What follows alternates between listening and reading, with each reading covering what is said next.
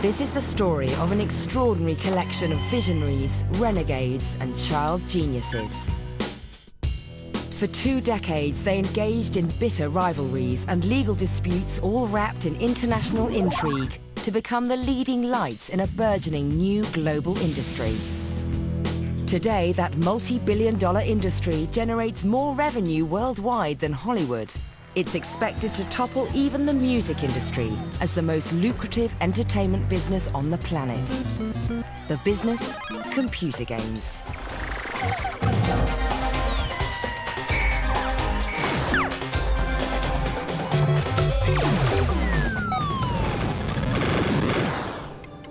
It all began in 1972 with a group of Silicon Valley rebels who quit their mundane engineering jobs to pursue a dream. Their founding father was 28-year-old Nolan Bushnell, who bluffed his way into business with just $500 in capital. He set up a company named after a key move in his favorite Japanese board game, Go. In Japanese, when you're about to engulf an opponent's group, you politely warn them Atari. And I thought that was a good aggressive name for a company. Despite his chronic lack of funds, Bushnell set out to recruit Atari's first game designer. Nolan showed up one day and took me to lunch in his bright, shiny new Oldsmobile station wagon and offered me $1,000 a month salary and some stock in the company. The Vietnam War was going on. I was pretty much questioning authority, and if you told me I couldn't do something, I was going to do it. Off I went. When we started Atari, it was the first thing we walk into this empty building. It was kind of a scary feeling in a little company with no support. There were just 3 of us there. Wow, this is the old place. Here, in this small workshop, Pong, the first great computer game, was born. That's where I sat and wired the first Pong machine. Pong was actually started as really a training project. He stretched the truth a little bit, told me he had a big contract from General Electric. No engineer wants to work on a throwaway project. The fact that nobody from General Electric ever called or came by or wrote us a letter never occurred to me. This might not be true. The first thing that Al did was to get the paddles to work, then the ball to move. And then we added the feature that where the ball impacted the paddle would determine the angle that it would bounce off. And at that change, the game was fantastically fun. But would the public agree? Bushnell and Alcorn installed their hastily assembled prototype in their local tavern to find out. We put it in a wooden box that had sticky-backed contact paper on it. I mean, it was real tacky. Slapped a coin box from an old kiddie ride on the side of it and put it on top of a barrel. We sat back, got a beer, sat by a pinball machine, and watched what happened. One of the regulars approached the machine and studied the ball bouncing silently around the screen. He inserted a quarter and the game began. Eventually, he realized that 2 small knobs controlled the paddles and played his first shot. A small crowd gathered round to watch. Bushnell and Alcorn watched for a while and then headed home. The next day, they called in and said the machine's broken, and we said, oh no. The machine was opened, and we found that the problem was that it was so full of quarters it wouldn't take anymore. I thought, that's a problem we can solve. When Nolan saw how well the Pong was doing, how much money it was making, he said to himself, I got a hit on my hands, and we're going to go into manufacturing. Atari was on its way. Bushnell rented the cheapest space he could find, an abandoned skating rink, and they set up their first factory. Everybody in the company, when I said we're going to build 100 machines a day, said, Nolan, you're absolutely crazy. We knew so little about it, we actually went to the unemployment office and actually just hired people off the street, and there were parolees, there were bad guys. It was pretty shocking how amateur it was. Within 6 weeks to 2 months, we were at 100 machines a day. Word got round and the orders for Pong started flooding in. 10,000 cabinets for the US alone. It just took the country by storm. We were 24 years old and not far out of college, and we'd done something that already touched the world. On an initial investment of $500, Atari made its first million. But trouble lay ahead for the fledgling company. Storm clouds were gathering, even as the profits soared.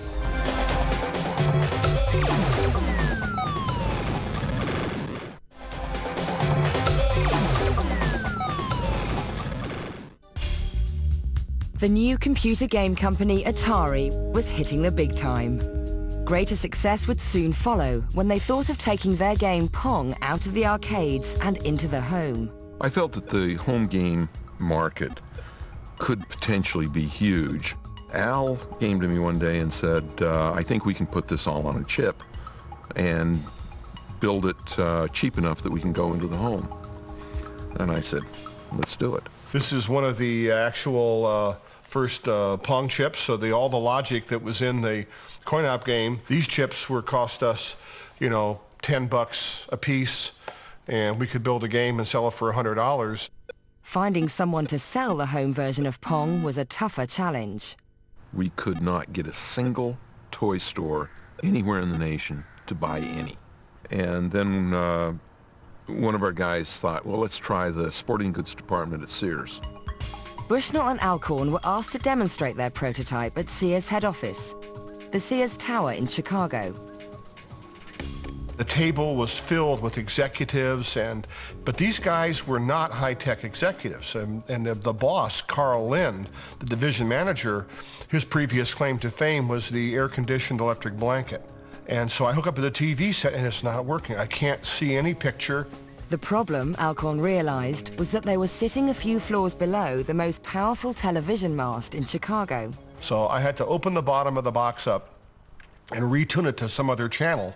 And they could see all the wire wraps inside so I get it all buttoned up, get it working, play the game, blip, blip, blip. Carl Lind, the boss, looks at me, he leans to the table, he says, Mr. Alcorn, you tell me you're gonna take that rat's nest of all those wires in there and put them on a little tiny piece of silicon the size of your fingernail? I go, yes, sir. How are you gonna solder the wires to it? Eventually, the Sears executives were convinced. He asked us, how many can you build? So we huddled outside and said, how many do you think? He said, about 25,000. And so I went back in and I said to the Sears buyer, I said, about 75,000. I figured good, 3-to-1. Then not to be outdone, he came back with an order for 150,000. And at that point, we said, well, there's no way we can afford to build those. We just don't have enough money. And he says, oh, not to worry. I'll introduce you to Sears Bank.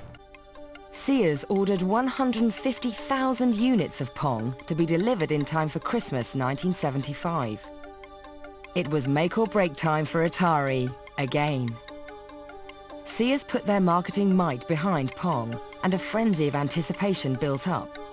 The 1973 arcade sensation was now available as the ultimate home entertainment. One commercial ran, and they were completely sold out. And that was wonderful. Slowly but surely, we built new games, different games. We just took this attitude that we were going to give our competitors no safe quarter.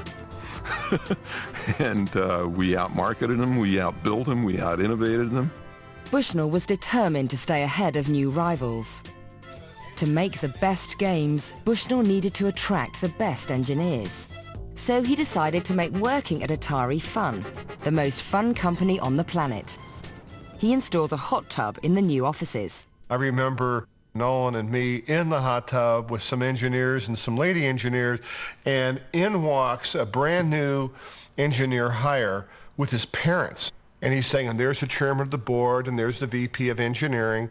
And his parents were like shocked, and we were, hey, come on in, take your clothes off, it's fun, we had a good time. We felt that we wanted to be able to recruit anybody that we wanted. One of the things that we could do is have it look like this is really a cool place to work. We became known as a party company. New recruit David Crane was a big fan of Bushnell's eccentric approach to running a business. Neat was a word you heard from Nolan quite often. If he said, "Oh, that's neat," he would want to make it, thinking that if he found it neat, other people would find it neat. Bushnell inspired his lineup of brilliant young engineers to constantly innovate. My attitude was that if you personally believe strongly in your idea, give it a try. The free flow of creativity produced a whole string of hit games, keeping Atari at the top of the industry it had created. But then came the lawsuit. It turned out that computer games had already been invented, 6 years before Atari even existed. A television set designer called Ralph Baer had been thinking about the idea since the early 50s. In 1966, it all came together while he was waiting at a bus stop on a business trip to New York. When I got back to the office the next morning, it was September 1st, 1966, I wrote a 4-page memo. In it, I lay out the whole thing. I proposed such things as sports games, chase games, race games, car games. Baer set to work on his invention. By 1968, he had his first television games console working, which he simply called his brown box.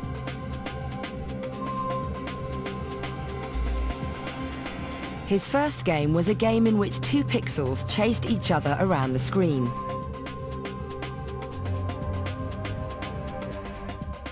That was quickly followed by a tennis game, still 4 years before Bushnell and Alcorn came up with Pong. TV manufacturers Magnavox signed up Baer and produced a refined version of the brown box. The Odyssey played 10 different games. Each game came with a color overlay that was stuck on the screen to enhance the primitive graphics. It had controllers, and Baer even came up with the first light gun for shooting games, an invention years ahead of its time. The Odyssey was launched at a trade show in New York in 1972. It was absolutely the hit of the show, and everybody was very enthusiastic, as was the press. Magnavox presents Odyssey, 12 exciting electronic games you play through your own TV. Any brand. At another trade show in Silicon Valley on the 24th of May that year, an interesting name appeared in the visitor's book, Nolan Bushnell. And he played the Odyssey game hands-on and played the ping pong game.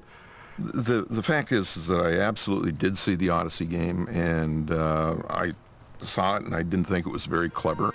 Whether Bushnell was inspired by the Odyssey or not, Ralph Baer had patented his designs. This is the patent which, and if you look in the fine print up here, you can see that it was first filed January of 1968. There is a television set down here. Underneath is 2 hand controls on each side.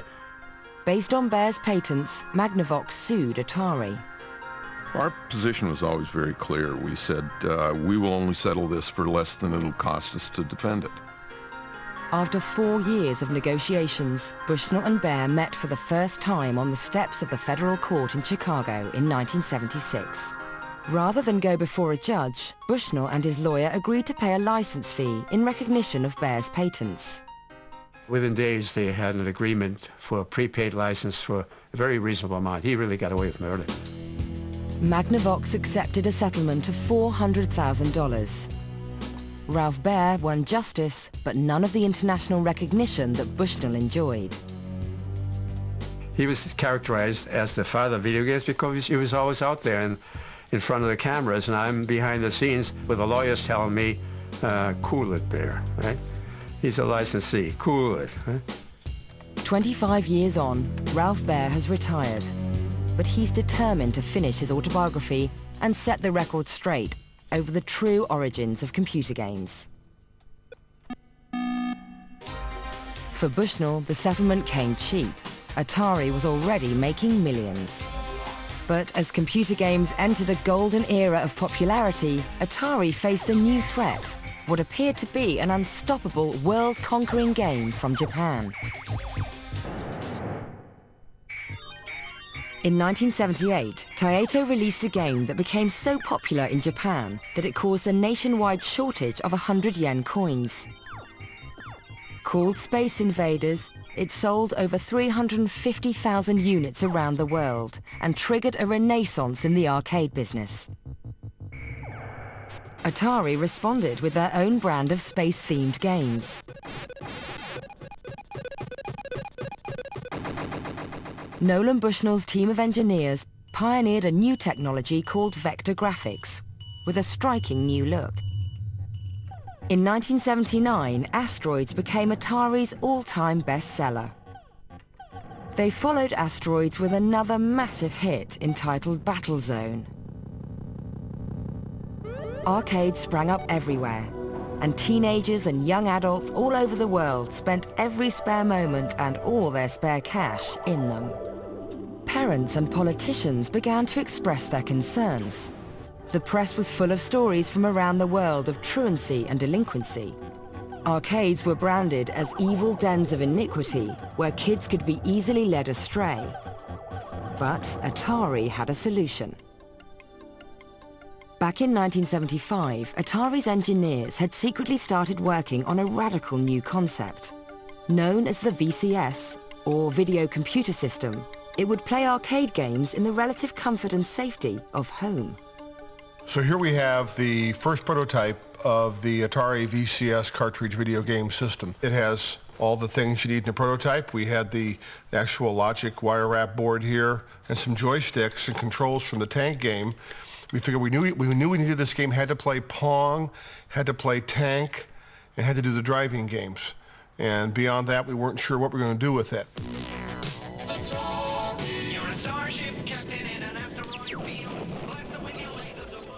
The VCS launched in 1977.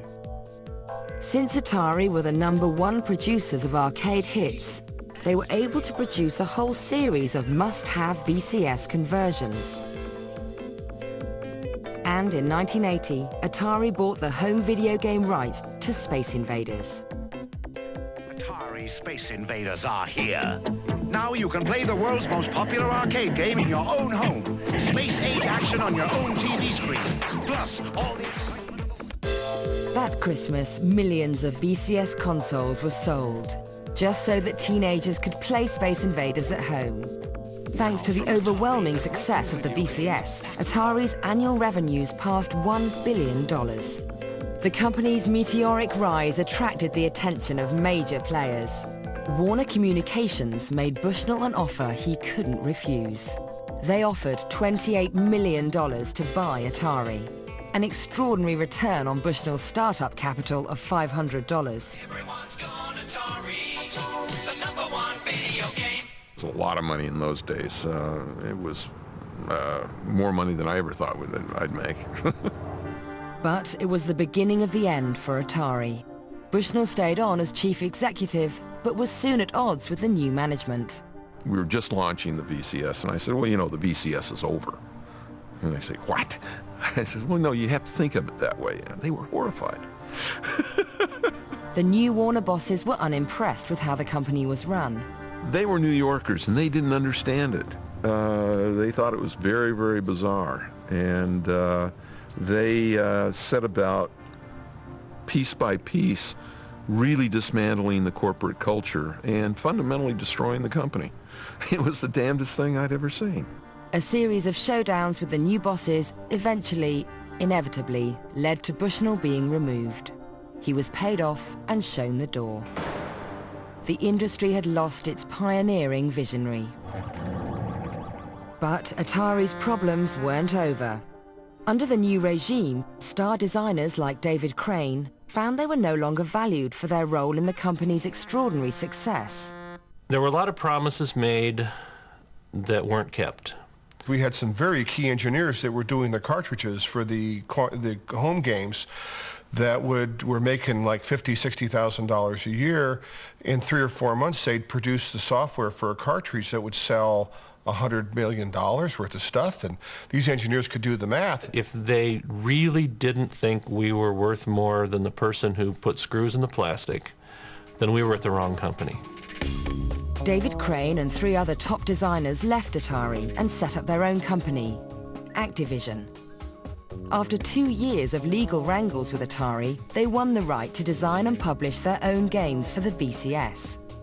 Activision produced many of the best-loved VCS titles, and Crane himself designed its most successful game of all, Pitfall. Every game we developed sold 500,000 units at least, so they were all hits. And then when Pitfall came out and sold many millions of units, it was the biggest. What we were developing at that time with Pitfall was the first platform game. Activision rekindled the creative spirit of the early days at Atari, but it also, unwittingly, triggered a disaster. A lot of business people saw only our success and unfortunately flooded the market with product that nobody wanted to buy. Atari contributed to a public loss of confidence in computer games with hurriedly produced, poor-quality games like E.T. Millions of copies of this game ended up as landfill. The market for computer games crashed, and in 1983, Warner announced second-quarter losses of over $250 million, and their shares plummeted. I absolutely regret the Warner sale. I think it was the stupidest thing I ever did. In 1984, Warner sold off Atari, and the American computer games industry was declared dead. But elsewhere, innovation was still thriving, and a new breed of brilliant game designers and entrepreneurs was about to emerge. It started as a hobby, and yes, it turned into obsession, turned into a career, I guess. Twins Philip and Andrew Oliver were typical British teenagers. Their parents didn't allow them to have a television game console, but computers were considered educational. And a whole series of cheap personal computers like the ZX Spectrum and the Commodore 64 came on the market. Thousands of well-intentioned parents bought them, and in doing so, spawned a software industry that now rivals any in the world.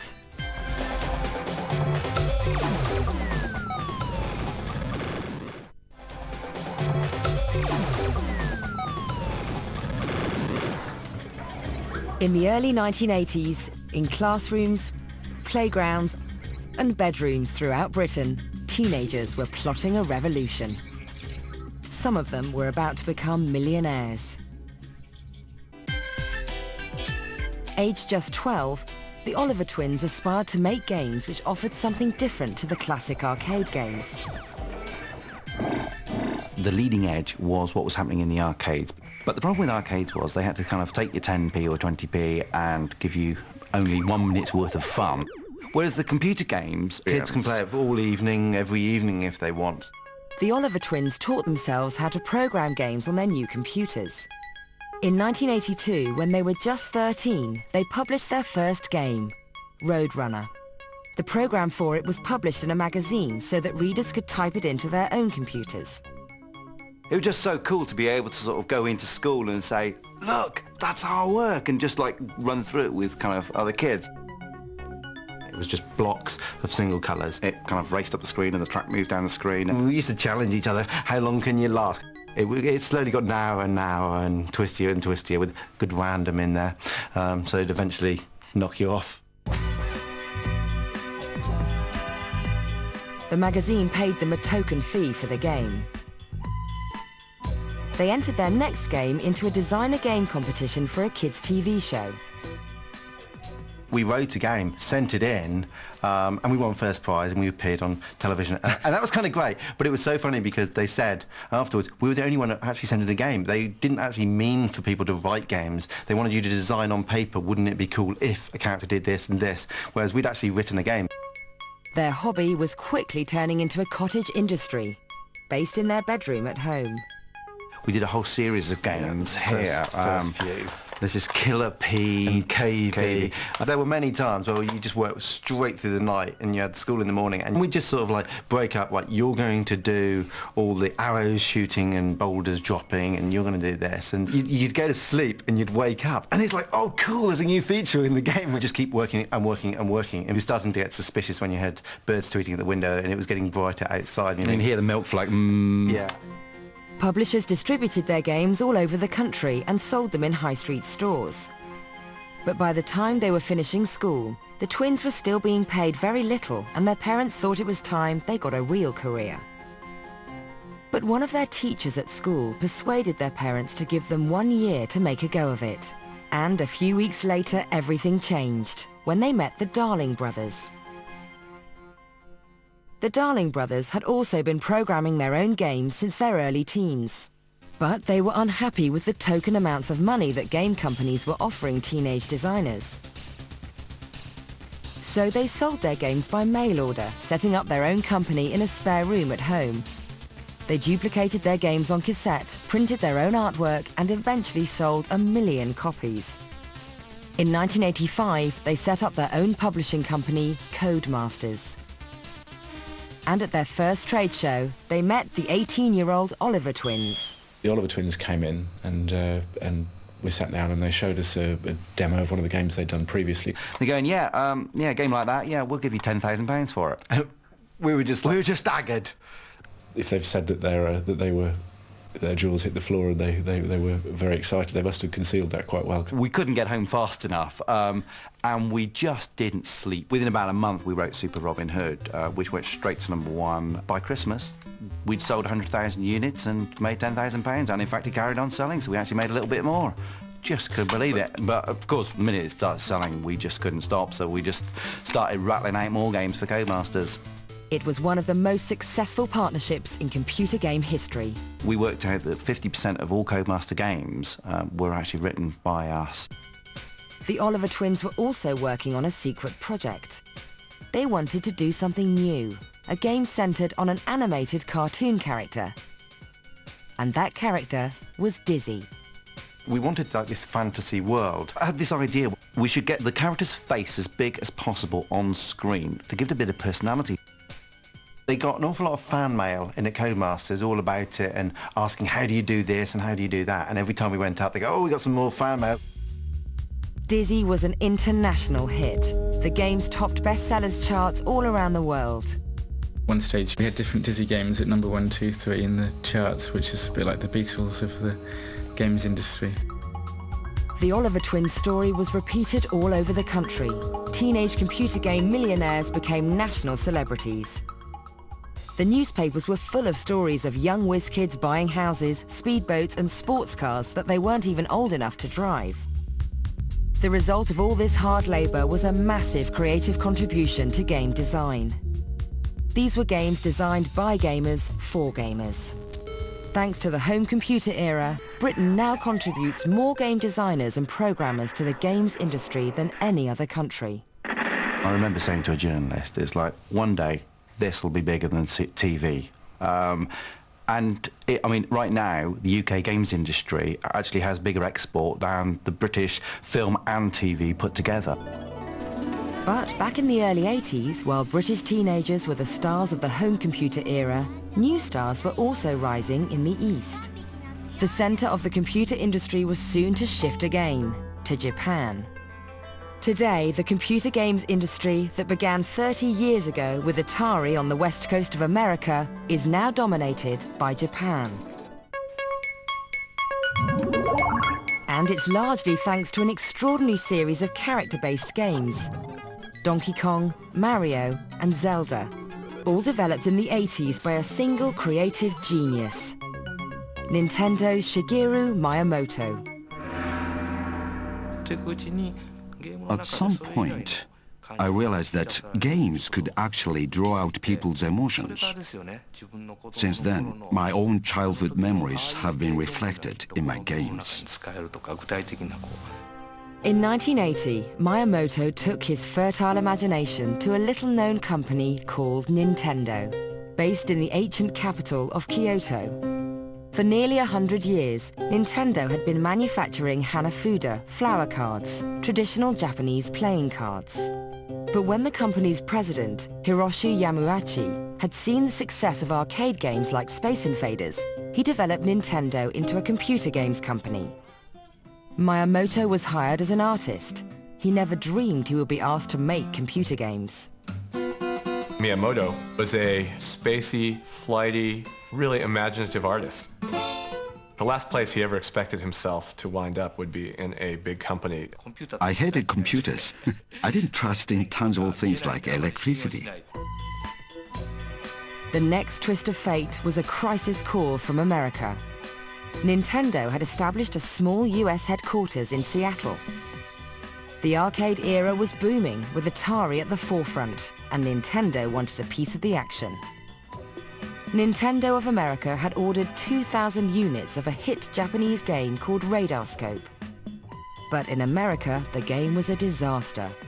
Head office in Kyoto was asked to create a replacement game. Without a single designer available, it was decided that it was time to give their youngest recruit his big break. Miyamoto was completely baffled and completely overwhelmed with the idea. He started to do the research. He spent time in arcades and he spent time with kids who were playing games and tried to understand what they were about. And he started to have this vision of video games being more like movies. Why couldn't they tell stories? So Miyamoto created a simple story and colorful cartoon characters for his groundbreaking new game. Let me show the first sketch I drew for Donkey Kong. The gorilla escapes from the cage, snatches the girl, and runs away with her. The man chases him, dodging all these barrels with a hammer in his hand.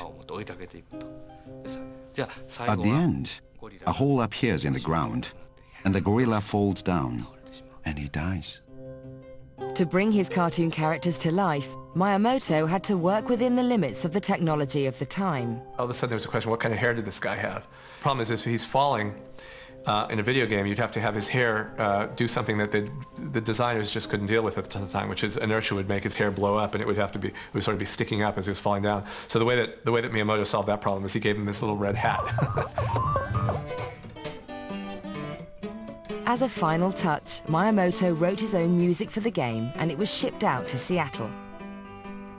It remained to be seen whether Donkey Kong would have more success than the failed Radarscope game it was supposed to replace.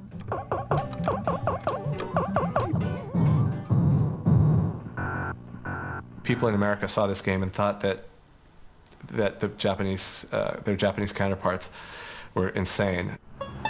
Fearing the worst, Nintendo's American team decided to try out the game in a local bar, just like Atari's Nolan Bushnell had done with Pong a decade earlier. A day later, they go back to the Spot Tavern, open the little coin box, and lo and behold, there's $30 in quarters in that little coin box. It's almost overflowing. That says that machine was operating almost every minute that tavern was open, from noon until midnight when it closed that day. And he said, wow, what kind of aberration is this? That's all the market research I need. Let's go. The company made $100 million in sales in the first year alone. And Donkey Kong went on to become an international superstar through a whole series of games for years to come. Meanwhile, Donkey Kong's original owner, Jumpman, went on to greater fame and fortune. In 1985, the company announced the launch of a new home console for the American market, the Nintendo Entertainment System, or NES. Following in the wake of the collapse of the US games industry, most observers thought Nintendo were crazy. But Nintendo had a secret weapon. Miyamoto took computer games to a whole new level with his next masterpiece, Super Mario Brothers. Jumpman was reincarnated as an Italian plumber called Mario. Mario can do amazing physical things, like high jumps. But he's not superhuman.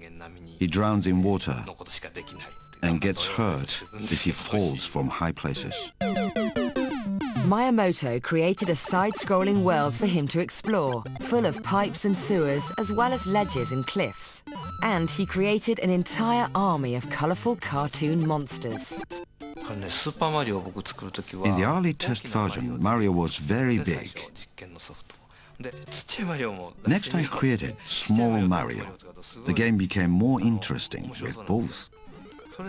Then I wondered what kind of magic food could transform Small Mario into Big Mario. So I created that unwholesome-looking red mushroom. He was making these wondrous universes that it was like falling through the looking glass. The game and its 2 sequels became some of the best-loved games ever. By 1987, Nintendo's NES console had become the #1 toy in the world. And a survey revealed that more American children recognized Mario than Mickey Mouse.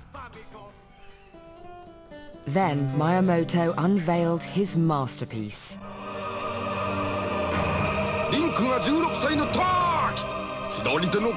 In 1987, Nintendo released the first of a series of games that has become widely acclaimed as one of the greatest games ever made, the Zelda series. The Legend of Zelda moved beyond platforms and levels. It offered players a vast, magical world to freely roam and explore. The story begins with a child standing in the middle of a field. He doesn't have a sword or a shield. The player starts by naming the child, but then he has no idea what to do. He wanders around the field looking for things to do. It was a very daring concept back then. More than any before it, this was a game in which the player would experience a sense of progress, gaining new equipment, becoming stronger and more skilled as the adventure unfolded. When the child grows up, the player thinks, I used to be scared of this, but now I'm very strong. That's the kind of game I wanted to make. Taking over 100 hours to play the game to the very end, The Legend of Zelda perplexed, intrigued and consumed players all over the world. It was a sensation that broke all the rules and defined a genre that has dominated game design ever since. By the end of the 80s, Nintendo had sold over 30 million NES consoles, hundreds of millions of games, and it held an extraordinary 85% of the entire world games market. Nintendo had become the ultimate boss of the game industry game. It was about to consolidate that position with a radical new portable game system that would appeal to boys, girls, and even adults, the Game Boy. What was needed was the perfect game to launch it. It soon became clear that they would go to extraordinary lengths to find that game.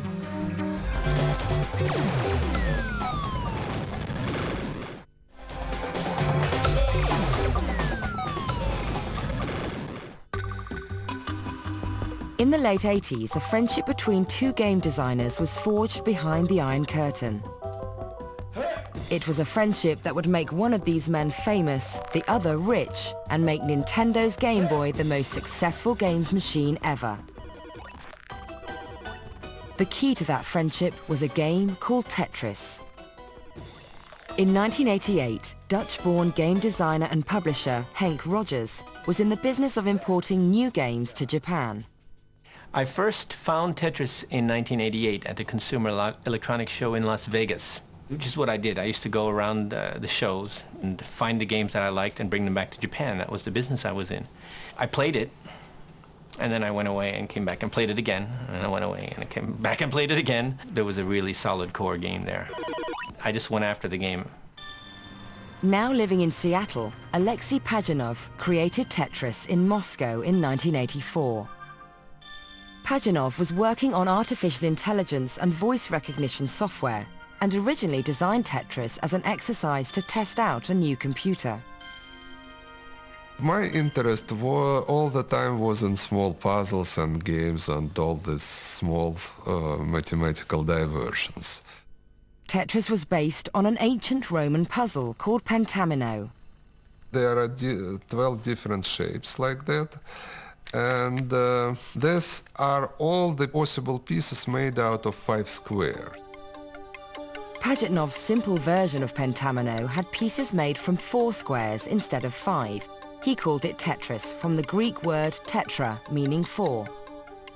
When I wrote the procedure which rotates at 90 degrees, I liked you push the keys and it chucks, push the key, chucks, and the idea of the game of real time come to me.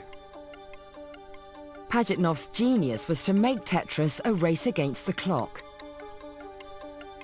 Completed lines were cleared from the screen, making it possible to carry on playing almost indefinitely. But as the pieces descended more and more quickly, the challenge got progressively harder. As the game gets faster, your mind is no longer able to think that fast. Maybe it's your subconscious that's playing Tetris at this point, but it's playing faster than you can actually play. And I think athletes have this. We call it a zone. Tetris spread like wildfire. A few months later, it was discovered in Hungary by software importer Robert Stein. Stein went to Moscow, where he met Alexei Pajitnov and negotiated a license to publish the game. For some unknown reason, he gave me his original Tetris. It was licensed to be published on everything. That's what I thought. Tetris, the computer version of a Russian adaptation of an ancient Roman puzzle, was a smash hit everywhere. When Tetris invaded the office, productivity went down to 0. It eventually had to be banned. In Japan, Henk Rogers released a version for Nintendo's home console. We released this Tetris at the Christmas of 1988. We ended up selling 3 million. And that was when Henk Rogers became one of just a handful of outsiders given a sneak preview of the new Game Boy handheld gaming system. I said, I think I have the perfect game for Game Boy. But Rogers faced stiff competition from Robert Stein to secure the handheld rights for Tetris. Excuse me, I discovered this product, so shouldn't I have it? And so I got on the next plane. Without realizing it at the time, Rogers and Stein flew out to Moscow on exactly the same day. They stayed in the same hotel, but never saw each other. The TV doesn't work. The radio doesn't work. Everybody's imagination about what it was like behind the Iron Curtain in those days, all those things were there. It was just very scary. Rogers went to Moscow knowing nothing about the Soviet Union and speaking no Russian. He knew he was looking for an organization called Elorg, and that was it. To his surprise, he had no difficulty hiring an interpreter who spoke perfect English. Your name is Allah. All these guys are KGB. There's no way that you're going to get an interpreter who's just there to help you do business. This is the building, This is the building, right. Every meeting has to be cleared through the KGB. And of course, I came out of the clear blue sky. Finally, Mr. Belikov came down and I explained that I'm the one who published Tetris in Japan. And he said, which machine is this? And I said, it's for Nintendo. He says, but we never gave these rights to anybody. I really thought that I was in deep kimchi for a large part of that time there, the beginning time, because in their eyes I was a pirate. Later that morning, Rogers met Alexei Pajitnov. I introduce our other guest. Our other guest is Mr. Pajitnov. Hello. The world-famous Mr. Pajitnov.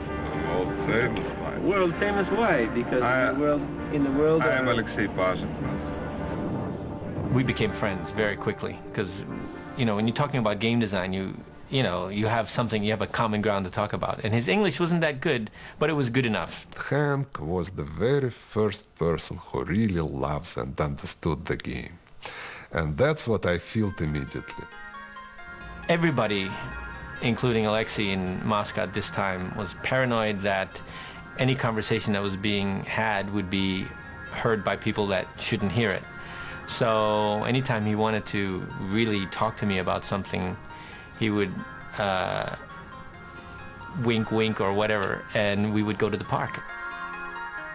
Finally, the negotiations for the handheld rights for Tetris began. Gosh, it was 8 to 10 people there, some of whom were definitely KGB, and it was total third degree. I was in that room and they were questioning me about everything. What Rogers didn't know was that the Russians were also negotiating with Robert Stein in another room in the same building. My objective was to try to get as much of the licenses, what is left, to be had. Unknown to Stein or Rogers, the chairman of UK publishers Mirrorsoft, Kevin Maxwell, son of newspaper magnate Robert Maxwell, was also in Moscow. Kevin was pulling strings. He's saying, if you don't do this deal with me, my dad's going to talk to Gorbachev and you guys are going to be in deep trouble. And that was his negotiating method. But Rogers had Pajanov on his side, and he had Nintendo's support to offer a generous deal. 4 days of negotiation, and finally they said yes. The deal was signed, and Pajanov and Rogers celebrated in the only Japanese restaurant in Moscow. I hated him, and yet he just done what any businessman would have done, you know. Today, I have lost God knows how many millions of dollars, and I wasn't very happy about it. The biggest winner was Nintendo. With Tetris as its packed-in game, 32 million Game Boys were sold around the world. As a Soviet citizen, Alexei Pajanov earned nothing from the game, but he became world famous and emigrated to the United States. In 1996, when the original deals expired, Pajanov finally earned his first royalties from the game. He and Henk Rogers are now in business, selling Tetris to a new generation of gamers on a new generation of hardware.